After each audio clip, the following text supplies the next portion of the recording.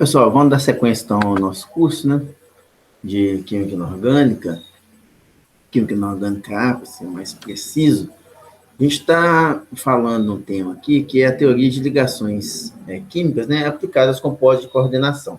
Bom, o último assunto que nós vimos anteriormente, né, foi como que a gente poderia aplicar, no caso, algumas das teorias, né, de ligação para explicar algumas propriedades dos complexos. Bom, só para relembrar aqui, né, nós iremos abordar basicamente três teorias, né, que essa aqui, que é a primeira teoria de ligação de valência, nós já falamos na parte anterior do curso. E nessa segunda parte, nós iremos abordar basicamente teoria do campo cristalino e teoria dos orbitais moleculares aplicado aos compostos de coordenação. Então, essa aqui é o nosso para os compostos de coordenação. Bom, como eu já disse anteriormente, né, coordenação.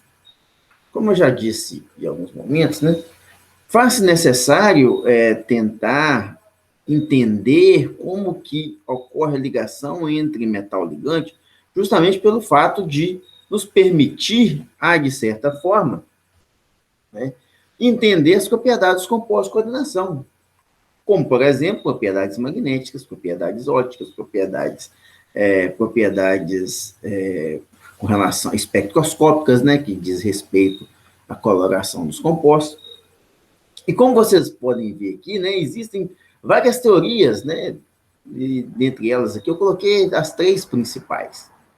Bom, de um modo geral, né, na química, né, ou na ciência, né, de uma maneira mais ampla, quando você tem, durante o passar do tempo, ou durante os períodos, você tem aí diversas, ou elaboração, diversas teorias, né? Por que vem, por exemplo, você tem diversas teorias de ligações químicas?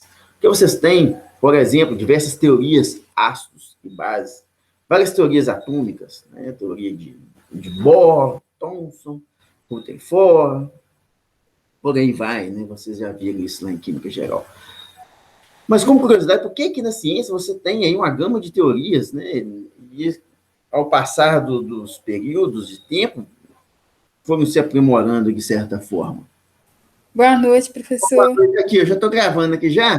Você chegou depois? Como o pessoal não entrou ainda, já estou mandando ver aqui. Beleza? Tudo bem, pode ficar assistindo? Pode, com certeza. Quem for entrando pode ficar assistindo aí. Eu já vou gravar de uma vez e vou deixar por aí. É bom você ter entrado e você vai acompanhando, né? De uma maneira mais simples. Então, como eu estava falando, né? Durante a evolução da ciência, né? Sempre vocês observam que vai se surgindo, né? Várias teorias, né? Uma em sequência da outra. Por que vai surgindo, né? Diversas teorias, igual eu disse, né? Teorias atômicas, tem várias teorias ácido-base, várias teorias. E aqui, teorias de ligações químicas, né? Não é diferente, existem aí várias teorias. Bom, uma teoria vai surgindo após a outra, justamente pelo fato da anterior ser limitada com relação a explicar alguns fatos ou alguns dados experimentais, certo? Por exemplo, uma teoria, de certa forma, ela é utilizada, ela é formulada para explicar um determinado dado experimental. A partir do momento que vai se evoluindo a ciência, você vai obtendo mais informações experimentais sobre um determinado sistema, né? Aquela teoria anterior passa a ser, de certa forma, limitada, sendo necessário, assim, a elaboração de uma teoria que, de certa forma, é mais completa. Isso aí vocês podem ver durante aí, vários assuntos, vários tópicos da química, isso aí é observado. E não é diferente, como eu disse, com relação às teorias de ligação química, né? Nós já falamos na parte anterior do curso sobre a teoria de ligação de valência, que eu vou chamar aqui de TLV, né? Às vezes que a TLV tem algumas vantagens, né, que são notórias, né, como, por exemplo, nos dá informações sobre hibridização dos orbitais, isso aí, de certa forma, nos ajuda a compreender a estereoquímica dos compostos de coordenação. No entanto, nós vimos lá que a teoria de ligação de valência, ela apresenta limitações, principalmente quando você vai explicar as propriedades, né, espectroscópicas dos compostos, ou quando você vai explicar a coloração dos compostos. Essa teoria, então, de certa forma, ela apresenta essa falha, sendo necessária, então, a formulação de novas teorias, como a teoria do campo cristalino, que nós iremos ver nessa parte do assunto atual, e depois nós iremos ampliar um pouco mais nosso conhecimento, né, para uma teoria, de certa forma, um pouco mais atual, que é a teoria de orbital molecular. Então, essa segunda teoria que nós vamos ver aqui, que nós vamos chamar de teoria do campo cristalino, ou também TCC, vai ser muito comum nós nos referirmos à teoria do campo cristalino como TCC, ela vem, então, justamente para tentar explicar alguns dados ou algumas propriedades dos compostos que a teoria de ligação de valência não explicava. Principalmente, o que nós vamos chamar bastante atenção aqui, explicar a cor dos complexos. Como eu mostrei anteriormente, por que a TLV não explicava a coloração dos complexos? Porque a teoria de ligação de valência, ela considerava que todos os orbitais do complexo apresentavam a mesma energia. Se todos os orbitais apresentavam a mesma energia, isso significa o quê? Que você não tem uma diferença de energia para possibilitar a transição eletrônica, observando que para você observar a coloração de uma espécie química, você tem que ter transições eletrônicas. Lá, lembrando da teoria de Bohr, né, quando vocês estudaram teorias atômicas, vocês viram que Bohr formulou o quê? Que os átomos, eles apresentam camadas eletrônicas, né? Então, a transição eletrônica de um elétron de uma camada para outra, isso aí é necessário uma certa energia. Essa energia pode ser traduzida como sendo um fóton, a energia de um fóton, ou seja, uma luz, né? Uma luz eletromagnética. Então, como vocês podem ver pela teoria de Bohr lá, eu já mostrei para vocês em aulas anteriores, né? Quando você tem aí uma determinada espécie e o elétron salta do estado fundamental, que você tem energia subindo nessa direção aqui, do estado fundamental para o estado excitado, quando o elétron absorve energia, acontece essa transição eletrônica, certo? Enquanto, quando o elétron salta, ou ele passa do estado fundamental para o estado excitado, ele libera energia, essa energia que é na forma de luz, né, ou HNI, né, ou HNI, certo? Onde NI, frequência, você pode relacionar a frequência, o que é a frequência de uma onda eletromagnética. Então, dessa forma, para nós explicarmos a coloração dos complexos, a gente precisa elaborar uma teoria que nos mostra que há diferença de energia entre os orbitais atômicos. Por quê? Quando você tem diferença de energia entre orbitais atômicos, você possibilita o quê? A transição eletrônica. Essa transição eletrônica que garante a justificativa de que, ou do porquê os compostos podem ser, no caso, apresentar cores, ou emitir, ou absorver uma determinada radiação eletromagnética. Nós vamos ver isso mais em detalhes adiante. Eu vou explicar a coloração dos complexos e nós vamos utilizar a teoria do campo cristalino para isso. Bom, mas inicialmente o que eu vou falar com vocês hoje, né, que é o objetivo da aula de hoje, é mostrar os aspectos iniciais da teoria do campo cristalino. Bom, a teoria do campo cristalino, gente, ela foi desenvolvida em 1930 por esses dois pesquisadores, Van Vleck e Hans Betzel. Esses dois pesquisadores, eles inclusive ganharam o prêmio Nobel por seus trabalhos, por suas contribuições.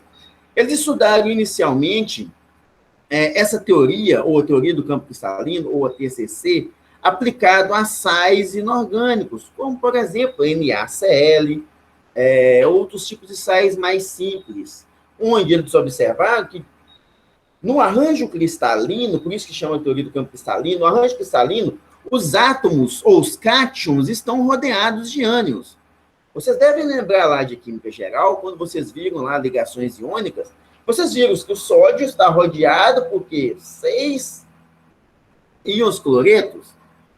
E os íons cloretos estão rodeados por 6 sódios, por exemplo, né? Formando um arranjo aí cúbico, como vocês já viram em outras ocasiões na química geral. Dessa forma, o que esses pesquisadores fizeram? Eles ampliaram ou estenderam a sua teoria, que em vez de considerar apenas sais simples, considerou que essa teoria poderia ser aplicada aos compostos de coordenação ou aplicada aos complexos. Aplicada aos complexos, que é o que nós estamos vendo aqui hoje. Né? O que nós estamos vendo nesse curso de fato. Bom, como vocês podem ver aqui, ó, essa teoria foi expandida, então, para os complexos, onde os pesquisadores, de certa forma, então, gente, eles enunciaram o seguinte, que, para explicar a formação de uma ligação entre o metal, que é o átomo central, que é a espécie positivamente carregada, aqui, igual eu estou mostrando aqui para vocês, existe uma atração eletrostática entre a carga do centro metálico e a carga do ligante. Lembrando que o ligante é uma espécie que está dotada de elétrons, né? Então, portanto, carga negativa, que é atraída pela carga positiva. Certo? Vou ter um caminhão ligado aqui que está fazendo zoeira. Nossa, é complicado, mas tá bom. Então, gente, de certa forma, esses pesquisadores consideraram que a formação de uma ligação química ou a formação de um complexo se dá a partir da atração eletrostática entre metal, ligante. Sendo que o ligante foi considerado, ou é considerado, como sendo uma carga pontual negativa. Aqui, pela teoria do campo cristalino, gente, você não considera, ou nós não consideramos os ligantes, né, de uma maneira geral, né, como sendo uma espécie muito volumosa, uma espécie muito grande. Só imagina, ou pensa-se apenas o ligante como sendo uma carga pontual negativa. Certo? Então, pela teoria do campo cristalino, considera-se que o ligante apresenta uma carga pontual negativa que é atraído pela carga positiva do centro metálico. E esse modelo, ele leva uma consideração extremamente importante que nós devemos sempre lembrar. A TCC, a teoria do campo cristalino, ela considera que o modelo de representação da ligação química é um modelo puramente eletrostático, ou seja, a ligação formada entre metal e ligante é uma ligação puramente eletrostática. Depois nós vamos ver, né, então presta atenção aqui nesse ponto, na hora de a gente considerar, né, quais são as premissas, né, da teoria do campo cristalino. Nós vamos ver mais à frente do curso que essa é uma das falhas desse modelo, mas agora nós não estamos interessados em discutir a falha desse modelo ou as falhas que esse modelo apresenta, sim, quais são as suas contribuições. Bom, então, primeira consideração, que a formação da ligação entre metal e ligante ela é puramente eletrostática, onde o ligante é uma espécie dotada de uma carga pontual negativa que vai ser atraída pela carga positiva do centro metálico. Pronto. Segunda consideração, né? Essa teoria, ela, de fato, não considera a formação da ligação covalente entre os átomos. Então, essa é outra consideração dessa teoria. Diferentemente do que nós vimos lá na teoria de ligação de valência, essa teoria ela não vai considerar a covalência entre os átomos. Né? Lembrando lá, o que seria a covalência? Seria a sobreposição dos orbitais, o quê? Atômicos, certo? Então, você vai ter lá os orbitais do metal ligante, formaria ligação covalente. E isso foi um aspecto que nós vimos lá na teoria de ligação de valência. Aqui não. Aqui na teoria do campo cristalino, não vai considerar essa questão da covalência. E nós vamos entender isso mais adiante, né, de uma maneira um tanto quanto mais clara. Então, lembra então, gente, dois aspectos importantes. Esse modelo considera que a ligação entre metal e ligante é puramente eletrostática e não considera o envolvimento de formação de ligações covalentes entre metal e ligante. Certo? Então, esse aqui seria um modelo, uma forma da gente representar a aproximação dos ligantes em relação ao metal, formando aqui o composto de coordenação, ou muitas vezes chamado por nós de complexos. Bom, visto isso, vou chamar a atenção para vocês aqui num ponto extremamente importante. Quando a gente vai descrever, ou a gente vai tentar entender as contribuições da teoria do campo cristalino, nós temos que relembrar um aspecto muito importante lá da química geral que vocês já viram, que é os orbitais, principalmente os orbitais D. Dois aspectos relevantes, forma dos orbitais D e orientação dos orbitais D. Isso vai ficar mais claro para vocês mais adiante. Bom, vocês já sabem lá que são 5 orbitais D no total. Quais são esses 5 orbitais D? São esses que estão representados aqui na ilustração. Bom, gente, vai ser extremamente importante vocês lembrarem ou vocês saberem qual que é a orientação e forma desses orbitais. Rodrigo, eu preciso saber realmente? Sim, aqui vem o ponto. Eu até recomendo que vocês façam o desenho aí no caderno, façam na folha, 1, 2, 3, isso, para vocês memorizarem, de fato, quais são os orbitais D, quais são as formas e as orientações.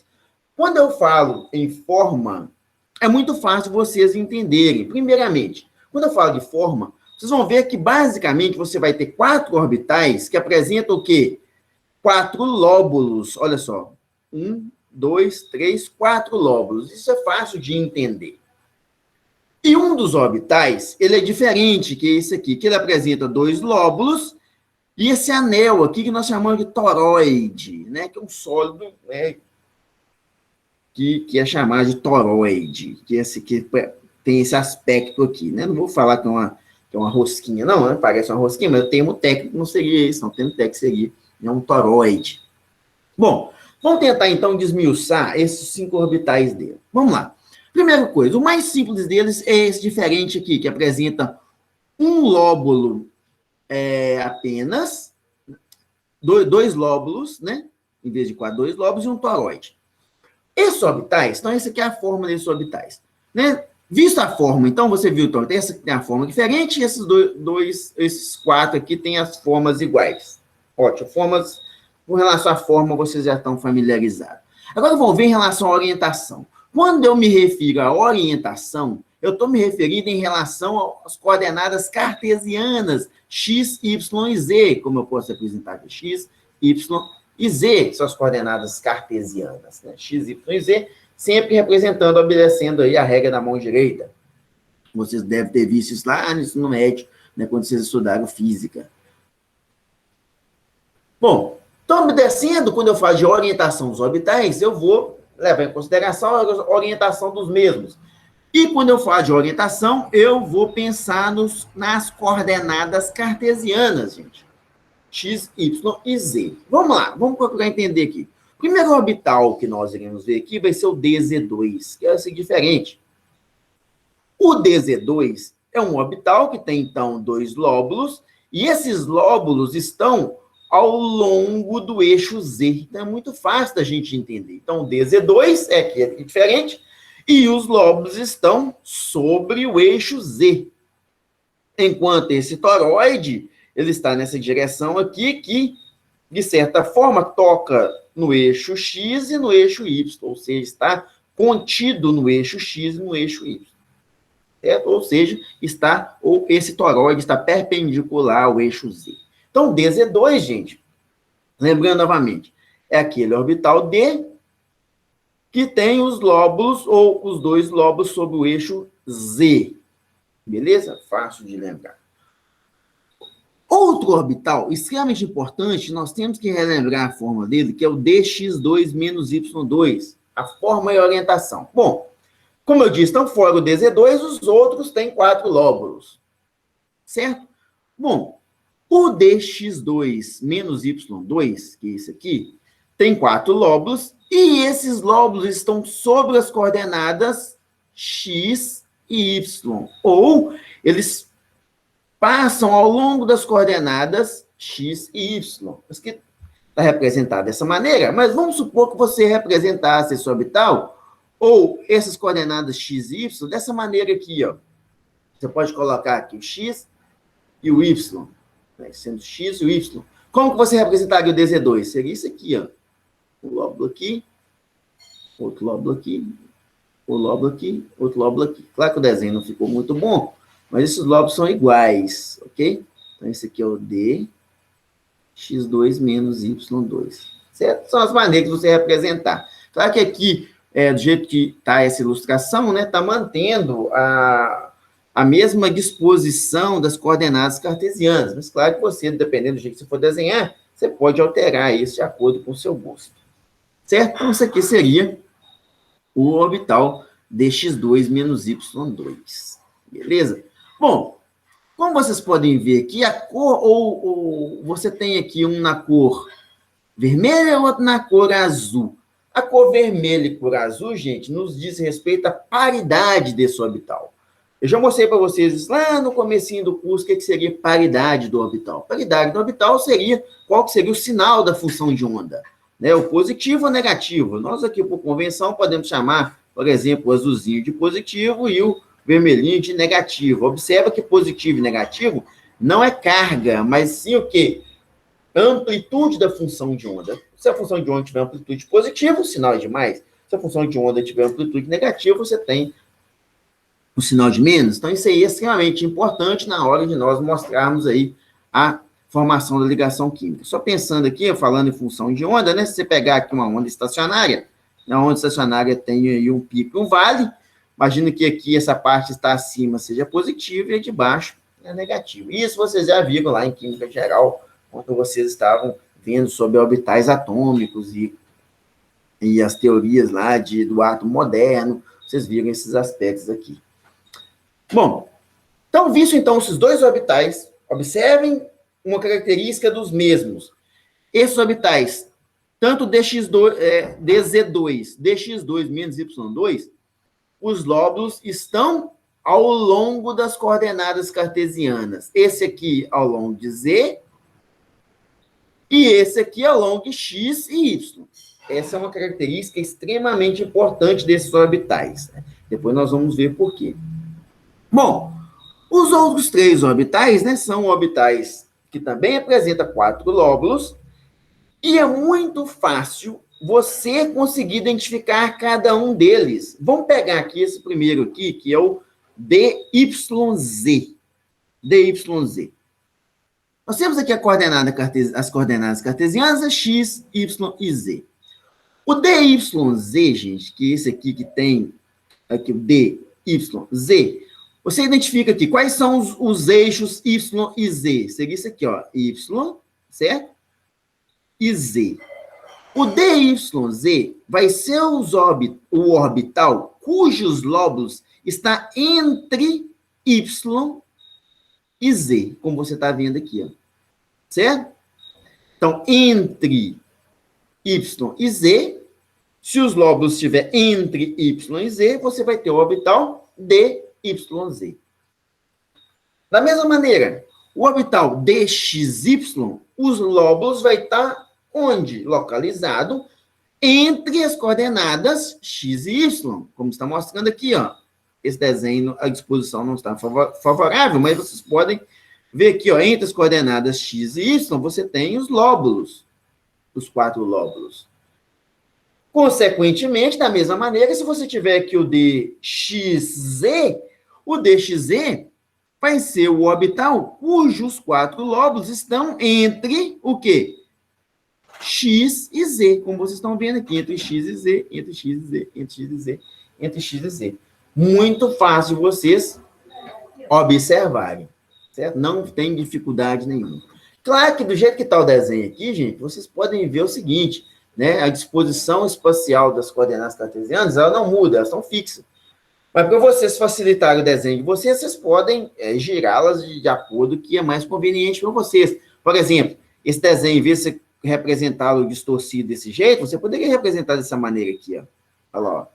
Aqui sendo o X e aqui sendo o Z. X e Z. DXZ seria o quê? Os lóbulos entre as coordenadas cartesianas. Seria esse aqui, ó. O meu desenho não está bonito, né? Certo? Seria a mesma representação. Isso aqui é a mesma coisa. Esse aqui está representado dessa maneira aqui, mas você poderia representá-lo de uma maneira simples também. Dessa forma aqui, ó. Você pode representar aqui como X e Y. Esse aqui seria o DXY. Certo? Olha lá, os lóbulos entre as coordenadas cartesianas. DXY seria uma maneira de você representar de uma maneira mais simples no plano, né? Não precisa sempre tentar representar de uma maneira tridimensional. Isso aqui já está no plano, né? E já está fácil a gente entender aqui, né? O Y e Z. Certo? Bom, enfatizando novamente, gente, vocês precisam, né, entender, de certa forma, vocês precisam relembrar qual que é a orientação e a forma dos orbitais D. Primeiro, são quantos orbitais D? São 5 orbitais D. Qual que é a forma desses orbitais D? Você tem 2 lóbulos e um toroide, e os outros 4, você vai ter 4 lóbulos. Ótimo. A forma já está beleza. Orientação. Aí vai depender do rótulo de cada um. DZ2. Você vai ter o orbital que é diferente, e os lóbulos dos mesmos estão ao longo do eixo Z. dx2 menos y2, os lobos ao longo de x e y. Ótimo. E os outros, dyz, dxy e dxz, os lobos estão entre as coordenadas cartesianas que dão nome aos mesmos. Então, é bem simples isso aí. Eu tenho certeza que vocês não vão esquecer esse aspecto. Bom, gente, visto isso, agora a gente vai avançar um pouquinho mais, né? Que é o seguinte, vamos lá. Quando você vai falar, ou quando você vai mostrar a formação de um complexo, imagine aqui, por convenção, considere-se o seguinte. Vamos pegar um exemplo aqui de uma coordenação octaédrica, que é o primeiro tipo de complexo, o primeiro tipo de geometria molecular que nós vamos trabalhar. Né? O complexo octaédrico, vocês lembram lá que o número de coordenação é igual a 6, certo? Se o número de coordenação é igual a 6, vocês vão ver se tiver ligantes, apenas ligantes monodentários, você terá 6 ligantes em torno do centro metálico. Então, vamos considerar que essa figura A aqui, você tem o metal, que é o átomo central aqui, e coordenado ao metal, 6 ligantes. Certo? 1, 2, 3, 4, 5, 6. Por convenção, a aproximação dos ligantes ocorre ao longo das coordenadas cartesianas. X menos x, y menos y, z menos z. Portanto, gente, presta atenção que esse aqui é um aspecto importante vocês lembrarem. Quando você fala de um complexo com geometria octaédrica, número de coordenação igual a 6, você tem, então, a formação de 6 ligações em torno do centro metálico. Ou seja, se você tiver ligantes monodentários, 6 ligantes se aproximando ao centro metálico. Por convenção, esses 6 ligantes, eles se aproximam ao longo das coordenadas cartesianas. Isso vai nos ajudar a entender muita coisa mais adiante e vai ficar mais claro para vocês. Certo? Bom, tomando isso, então, como ponto de partida, que os ligantes irão se aproximar ao longo das coordenadas cartesianas, x menos x, y menos y, z menos z, como vocês estão vendo aqui, vamos observar agora o seguinte, que é um aspecto importante. Como que será a aproximação dos ligantes em relação à posição dos orbitais? Agora que vem o ponto relevante para nós aqui, extremamente importante. Vamos lá. Esse primeiro caso aqui, que é o desenho B, eu estou representando apenas o orbital dx2 menos y2, que é esse que eu mostrei anteriormente, cujos lóbulos estão ao longo das coordenadas x e y. Beleza? Então, isso é o dx2 menos y2. Se você for analisar, você vai ver o seguinte, que esses ligantes aqui, eles se aproximam efetivamente, olha só, pensa nesse aqui que é o ligante, ó, ligante, ligante, ligante, ligante, ligante, ligante também. Eles se aproximam efetivamente ao longo dos lóbulos desse orbital, certo? Ou seja, de certa forma, eles praticamente tocam esse orbital. Olha só como é que é a aproximação. Ou seja, a aproximação efetiva, ou seja, os ligantes se aproximam efetivamente em relação a esses lóbulos. Isso no orbital dx2 menos y2. Vamos lá. Da mesma maneira, se eu pegar esse exemplo C aqui e observar o orbital dz2, o dz2, como vocês viram, os lóbulos estão ao longo do eixo Z. Né? Imagine que isso aqui seja o eixo Z. Portanto, esses ligantes se aproximam ao longo da coordenada Z, eles, de certa forma, se aproximam efetivamente com esses lóbulos aqui do orbital dz2. Certo? Visualmente, vocês conseguem ter essa ideia. Olha só, esse ligante, eles se aproximam efetivamente em relação a esses 2 lóbulos aqui, ó. Ótimo. Já é uma observação que nós podemos ter. Então, conclusão, ou do que nós observamos aqui, tanto o dx2 menos y2 quanto o dz2 são orbitais que estão muito próximos dos ligantes.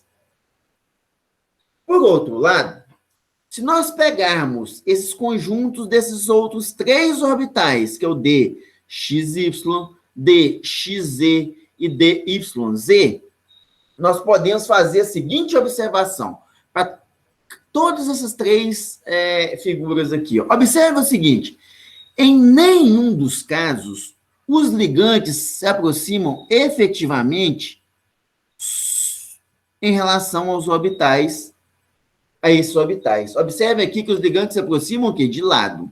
Por quê? A disposição espacial desses orbitais eles são diferentes. Eles estão ao longo das coordenadas cartesianas, estão entre as coordenadas cartesianas. Então, vocês não observam a aproximação efetiva dos ligantes nesses casos aqui. Olha só, no DXY, observe aqui, o lóbulo praticamente não sente influência da aproximação do ligante. No DXZ, você observa que também os lóbulos não vão sentir influência da aproximação dos ligantes, e da mesma maneira que o DYZ, os ligantes não se aproximam de uma maneira efetiva em relação aos orbitais. Então, gente, a gente já começa a observar aqui dois aspectos diferentes. Os orbitais, então, dx2 menos y2 e o dz2 são aqueles que se aproximam mais efetivamente em relação aos ligantes. Os ligantes se aproximam mais efetivamente em relação a eles. Por outro lado, esse conjunto desses 3 orbitais aqui, não há uma aproximação efetiva dos ligantes. Isso vai gerar um aspecto extremamente relevante quando a gente estiver estudando a teoria do campo cristalino ou entendendo todo o formalismo, ou toda a construção, ou todo o fundamento da teoria do campo cristalino. Bom, vamos tentar entender aqui, passo a passo, qual que é o efeito disso que eu mostrei para vocês aqui agora, em relação à energia dos orbitais. Energia. Isso que a gente vai ver agora aqui. Observe o seguinte, vamos pegar aqui da esquerda para a direita aqui, e vamos analisar esses aspectos aqui em relação à energia. Vamos lá, passo a passo aqui. Imagina que você tem os orbitais D. Quantos são os orbitais D? São 5 orbitais D. Pode ser que, vocês já sabem, né? Tem o DXY, você tem o DXZ, você tem o DYZ, você tem o DZ2 e o DX2 menos Y2. Vamos lá. Primeira situação, você considera que o íon metálico, vamos pegar aqui um íon metálico M2+, ou N aqui, onde N pode ser a carga qualquer, pode ser a carga de 2+, 1+, por aí vai. Um íon metálico, né? M qualquer que seja o elemento que você quiser considerar aqui. Imagina que esse íon metálico inicialmente está no vácuo, ou seja, só tem apenas um íon metálico.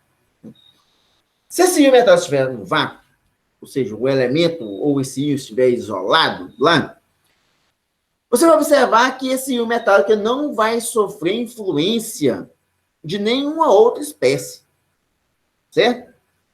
Dessa forma, se ele não tem aproximação de nenhum ligante, não tem aproximação de nenhum outro cátion, não vai alterar a sua estrutura ou sua energia em relação aos orbitais, você vai ver o seguinte, o íon isolado, você considerando que ele está no vácuo lá, se o íon está isolado, todos os orbitais dele têm a mesma energia.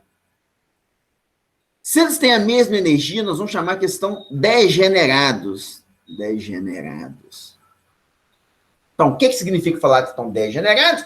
Significa que os orbitais têm a mesma energia. Aqui, então, você tem 5 orbitais com a mesma energia. Então, esses 5 orbitais são os degenerados.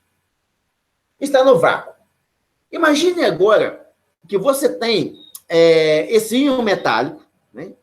Claro, esse íon metálico vai apresentar orbitais D, né? Igual eu mostrei para vocês lá, forma dos orbitais, orientações. Esse íon metálico apresenta orbitais D.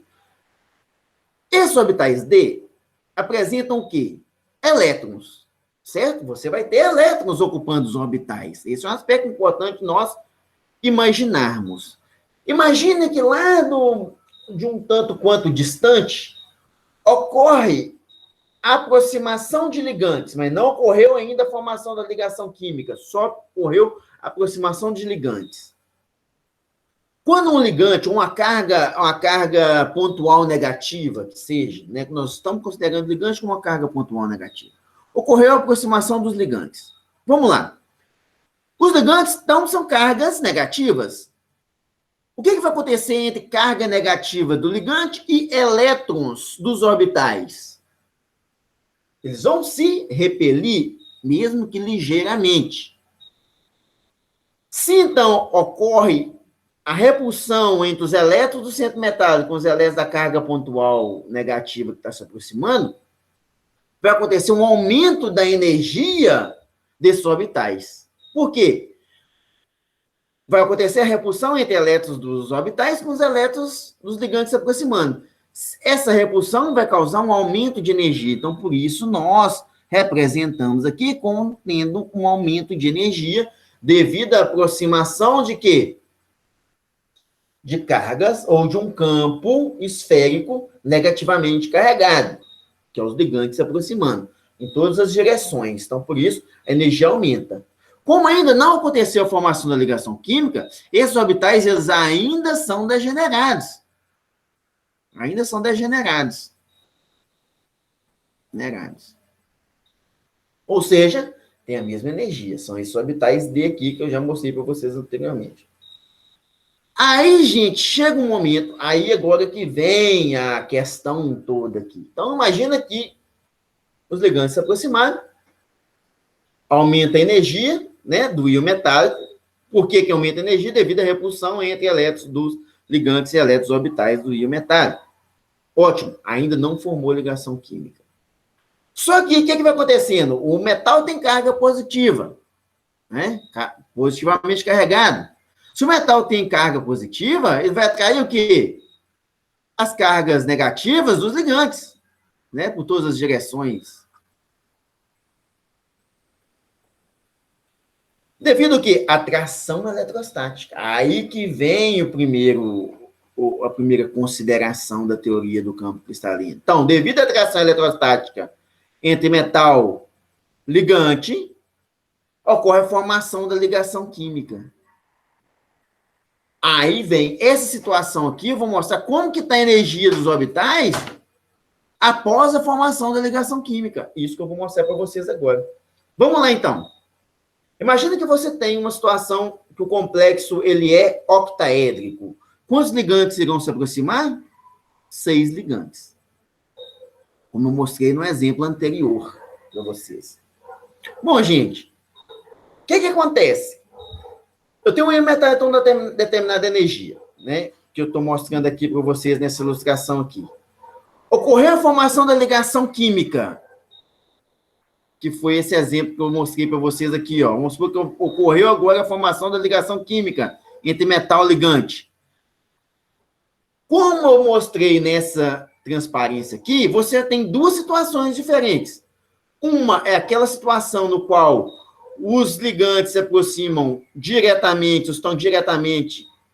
ou estão direcionados em relação aos orbitais, aos lóbulos orbitais, e outros que estão entre os lóbulos orbitais. Isso vai gerar o quê? Uma diferença de energia entre esses conjuntos de orbitais. De modo que, preste atenção aqui nessa ilustração novamente. Esses orbitais, ou esse orbital aqui que eu estou mostrando, é o dx2 menos y2. Quando aconteceu a formação da ligação química, olha só, esses ligantes aqui, eles vão se aproximar desses orbitais. Se esses ligantes se aproximam nessa direção aqui, ou com essa direcionalidade em relação a esse orbital, o que vai acontecer? Vai acontecer uma maior repulsão entre ligante e orbital. Se tem uma maior repulsão entre ligante e orbital, a energia do orbital, ou desse orbital, a energia desse orbital, ela aumenta. Certo?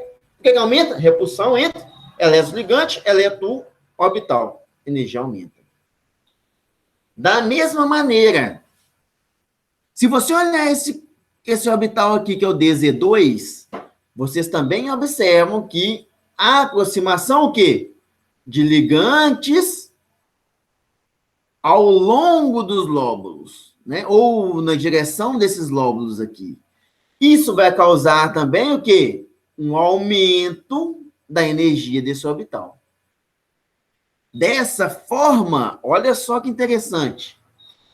Imagina que você tem aqui, então, um centro metálico e ocorreu a formação da ligação química entre metal e ligante, como eu mostrei na ilustração anterior.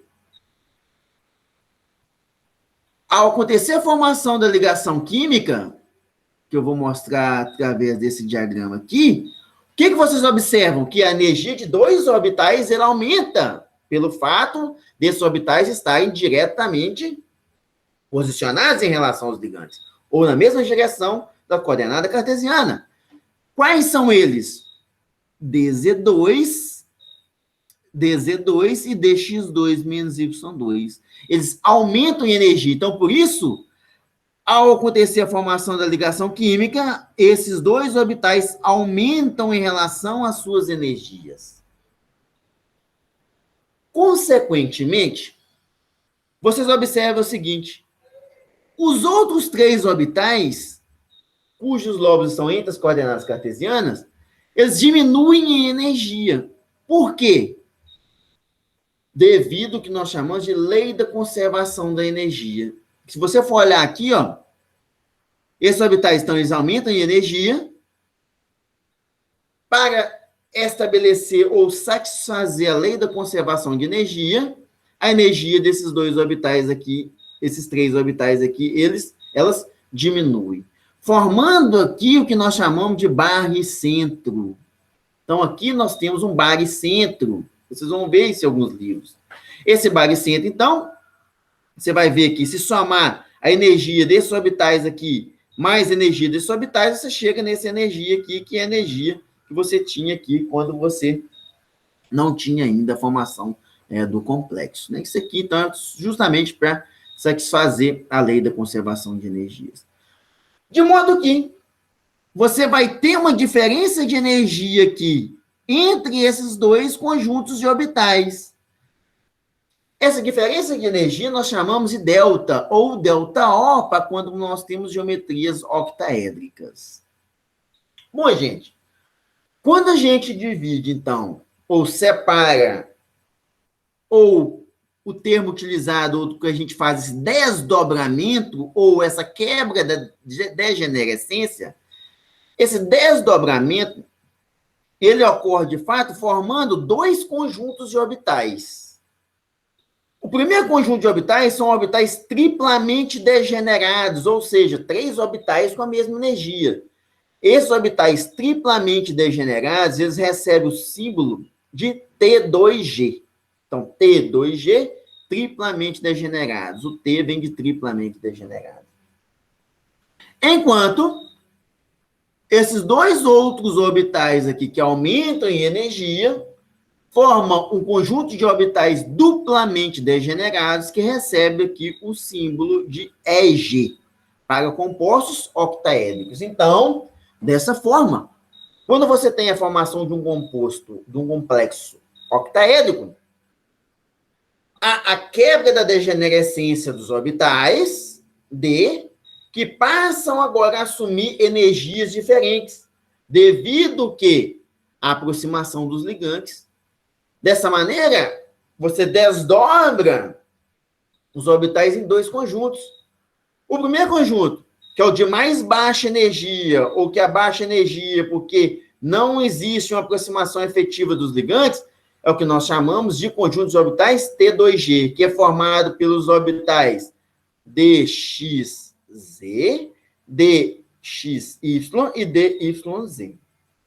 Enquanto o outro conjunto de orbitais formados, que são duplamente degenerados, que aumentam em energia devido à repulsão entre ligante e os elétrons orbitais, ou os orbitais, são chamados de EG.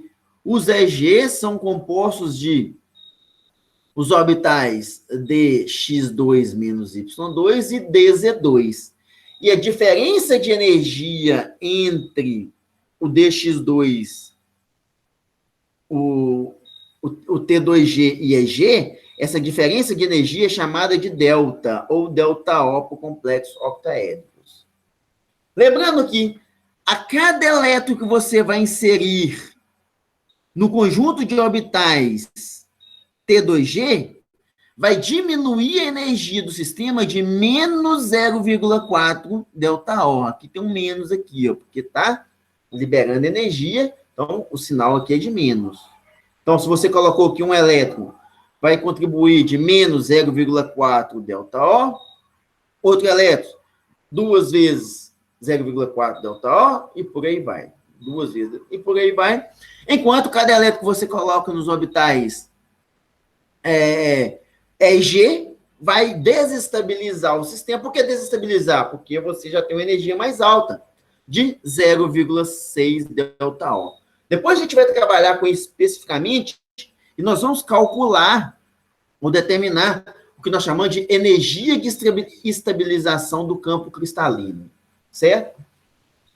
Então, aqui, a ideia foi só dar essa primeira noção para vocês, a teoria do campo cristalino, e mostrando como que a teoria do campo cristalino ela pode nos mostrar os aspectos relevantes da sua teoria, que mostra o desdobramento dos orbitais D, ou o que nós chamamos de desdobramento do campo cristalino em função da formação da coordenação entre metal e ligante. Certo? Então, esses aqui são os aspectos que nós iremos considerar nesse momento. Aqui nós falamos de um complexo octaédrico. Eu vou mostrar para vocês aqui um exemplo de como que a gente pode mostrar a formação de um complexo octaédrico, como seria o desdobramento dos orbitais D, e como que a gente insere os elétrons dentro desses aspectos que nós estamos mostrando aqui. Então, vamos lá. Considere que você tem um íon metálico aqui, que é o cobalto 3+. Em fase gasosa, sem influência de nenhum campo, ou influência de um campo um tanto quanto distante. Você vai ver que todos os orbitais eles estão degenerados, ou 5 orbitais têm a mesma energia.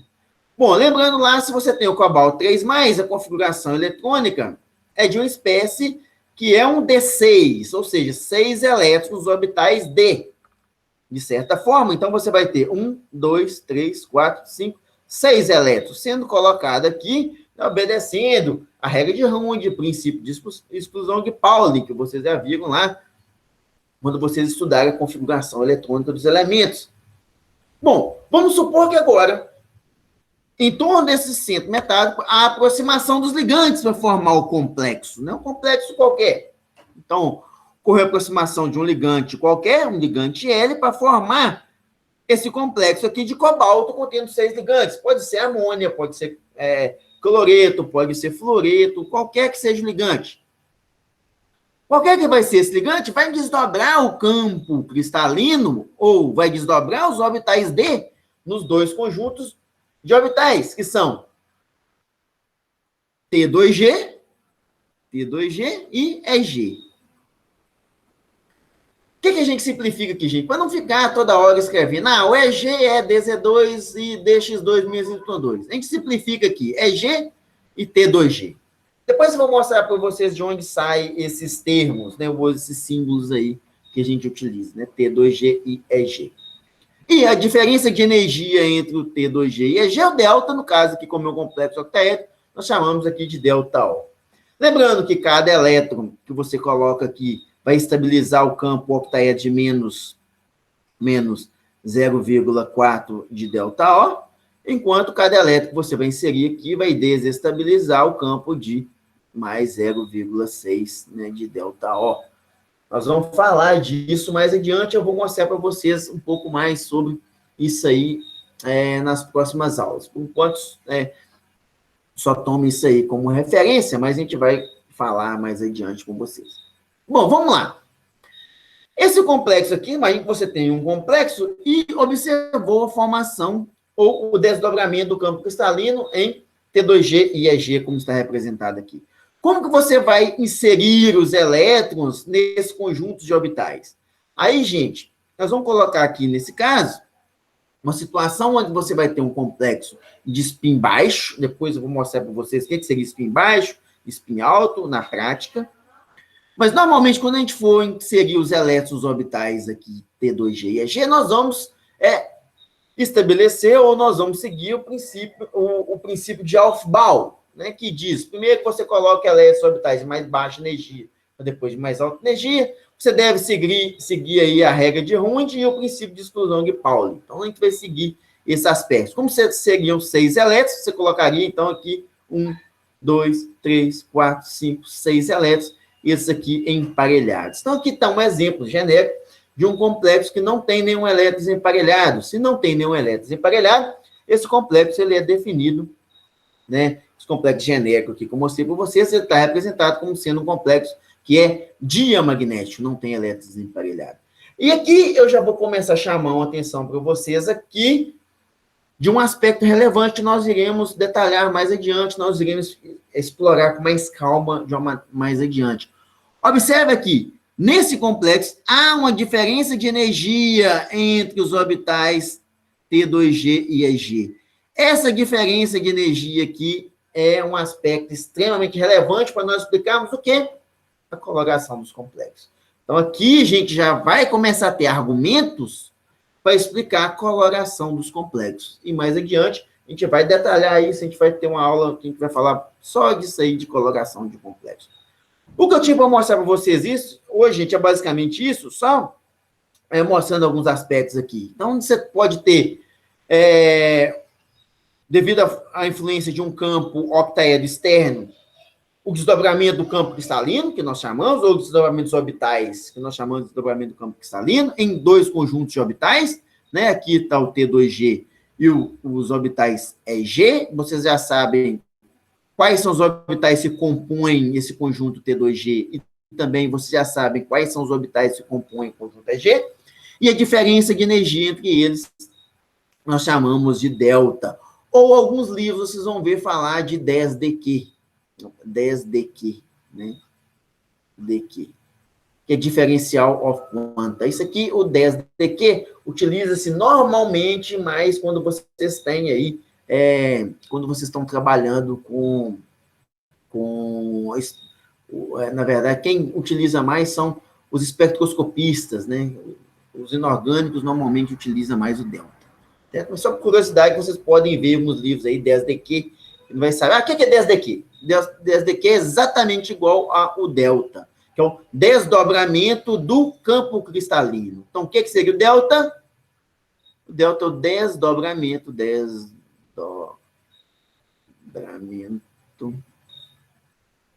do campo cristalino. Desdobramento do campo cristalino.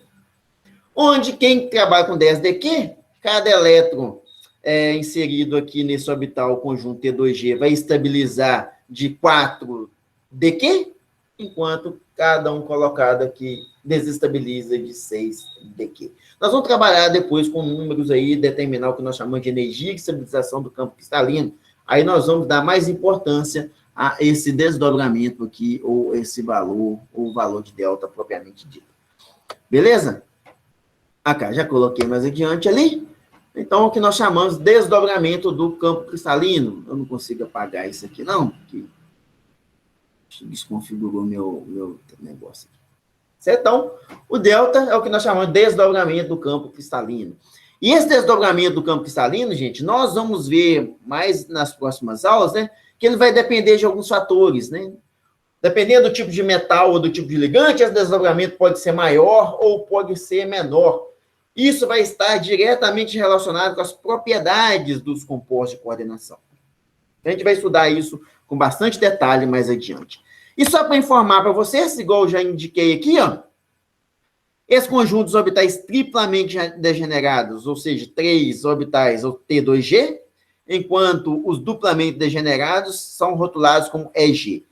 Isso sai do que nós chamamos de tabela de caracteres. Lembra lá que nós falamos de simetria molecular? Os complexos octaédricos, de um modo geral, né, eles têm a simetria OH, claro, se for um octaedro perfeito, e essa aqui seriam as operações de simetria que que esse tipo de grupo pontual apresenta, certo? Aqui está a tabela de caractere, eu já apresentei-as para vocês, mas na aula que eu estava falando disso, não detalhamos, né? Onde aqui, então, nós temos o grupo pontual, aqui as operações de simetria, e aqui os termos, ou as representações, né, que eu posso indicar. Aqui nós temos as representações irredutíveis, e aqui nós temos informações sobre os orbitais. Observe o seguinte, quando você tem x² mais y² mais z², isso aqui é tipo de um orbital ou tipo de uma esfera, uma representação de uma esfera. Então, uma esfera representa o orbital S. Por outro lado, quando você tem x, z, y, z e x, y, isso você pode relacionar com os orbitais D, ou D, x, z, d, y, z, d, x, y. Então, isso aqui pode fazer-se referência aos orbitais triplamente degenerados. Então, como esse aqui se refere aos orbitais triplamente degenerados, que com relação às suas operações de simetria, vocês veem que recebe esse símbolo aqui, ó, que é o T2G. Por isso que nós chamamos de T2G. Isso é só curiosidade. Vamos por lá, eu não estou entendendo isso, não. Não preocupe, isso é só curiosidade, para vocês saberem de onde surgiu esses aspectos aqui. Vamos lá. Onde está o EG? Olha o EG aqui, ó. Você pegar o EG ali, ó, olha lá. Olha o EG. Quando você fala do EG, você tem aqui o 2Z2 menos X2 menos Y2. Isso aqui seria uma maneira alongada de representar o orbital, uma maneira mais estendida de representar o orbital DZ2, certo? Simplificando aqui, você tem o DZ2. E aqui, quando você pega o x² menos y², faz referência ao D x² menos y². Então, por isso, com base no fato desses orbitais apresentarem esses tipos de, essas representações aqui, ou esse termo aqui, então nós representamos como EG. Então, daí que vem esse tipo de coisa. Certo? Então, gente, o que eu queria mostrar para vocês é só como que ocorre o desdobramento dos orbitais D, certo? Como que a gente pode rotular os orbitais D agora, em função de um campo octaédrico. Observe aqui que eu só estou falando de um campo octaédrico. Esse desdobramento, ele vai mudar de acordo ou dependendo do tipo de geometria que você tiver. Cada tipo de geometria molecular vai resultar em um tipo de desdobramento dos orbitais D diferente. Beleza? Mas aqui, agora, nós estamos preocupados em entender apenas os desdobramentos ou desdobramento que ocorre quando você tem um campo octaédrico. Beleza? Então, a gente finaliza por aqui e semana que vem a gente dá sequência a alguns aspectos e eu vou detalhar um pouco mais com vocês sobre o parâmetro delta, que vai mostrar para nós aí alguns aspectos importantes com relação à estabilidade dos compostos de coordenação ou algumas propriedades dos compostos de coordenação. Então, a gente vai detalhar um pouco mais alguns aspectos relacionados aos o que pode influenciar, de fato, no desdobramento do campo cristalino, que eu vou chamar aqui de delta. Beleza? Então, a gente já encerra por aqui. Eu agradeço a vocês aí, né, quem está presente aqui, e bom fim de semana.